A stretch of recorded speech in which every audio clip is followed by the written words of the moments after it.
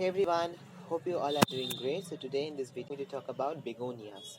So the plants which is in front of you, which are in front of you actually, are all begonia plants, and you can see they are loaded with blooms. And they were not like this when I bought them. They were, I think, half the size of this plant. Means actually they have grown a lot.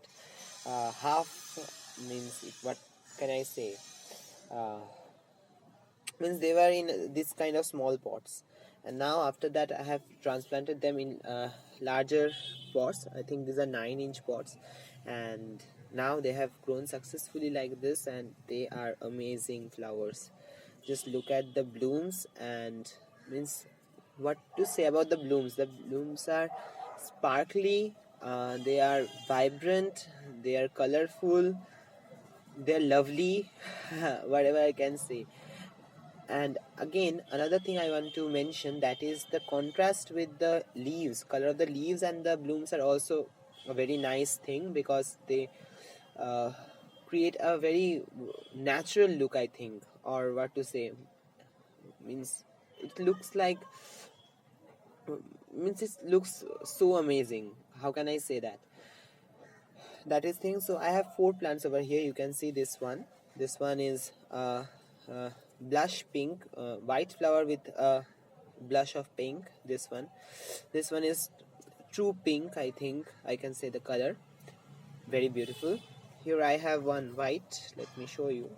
Over there, this one, a white one, and here I have one pure red one. And I particularly love this red one, because not only because of the flowers, which are obviously gorgeous, you can see, just look at the blooms, uh, but also look at the leaves. They are so shiny looking, and they're waxy, and obviously the red color foliage is amazing. Now in this video I'm going to talk about how I have cared them, so that they have grown this big, and they are blooming like this. What I have done. So first of all, let's talk about the soil mix which I have made for them.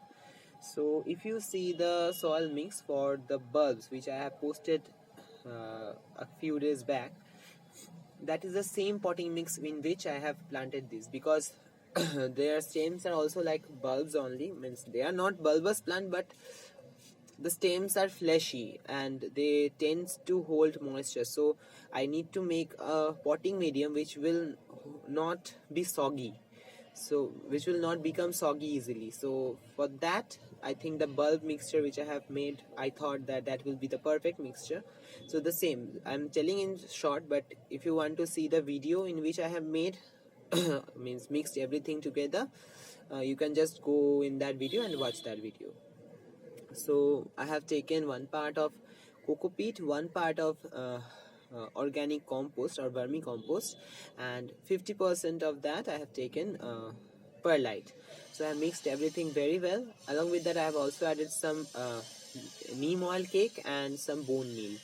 So that's the nutrition part, and everything else was there. And that is the soil mix. That is the only thing I have used in case of soil. Other than that, as for sunlight, if I tell you about the sun requirements for this plant, this is a low light means semi-shade area. You can keep this in semi-shade area, although you can see that these are in sunlight now, because there is a story behind it. Here, a few days back, actually maybe 1 week back also, there used to be one mango tree which casted its shade over here for a longer period of time. From the day I was born, it was there, but suddenly it is now removed due to the constructions and everything. I have nothing to do with. I couldn't do anything. That is another thing, but. Yeah, that big huge tree used to cast its shade over this place, this area, and these plants used to love their life. But now it is gone, although it is semi-shady area because it sometimes gets sunlight, sometimes it gets shade because of the bigger plants which are in my garden only. So more means the ultimate sun requirement is that these are semi-shade loving plants. Means if you can give sunlight, if you want to give sunlight, because sunlight is required for them in order to bloom. So if you want to get good blooms, good color, you have to give them sunlight, but only the morning sun. The morning 1 to 2 hours of sun is enough for this particular plant to bloom. That goes for the sunlight. For the watering, I need to be very diligent about watering because this plant will rot if it gets overwatered. It is very prone to overwatering, and you shouldn't underwater this plant, because if you underwater this plant once, if it wilts, you will not get the look it is giving now, this beautiful look.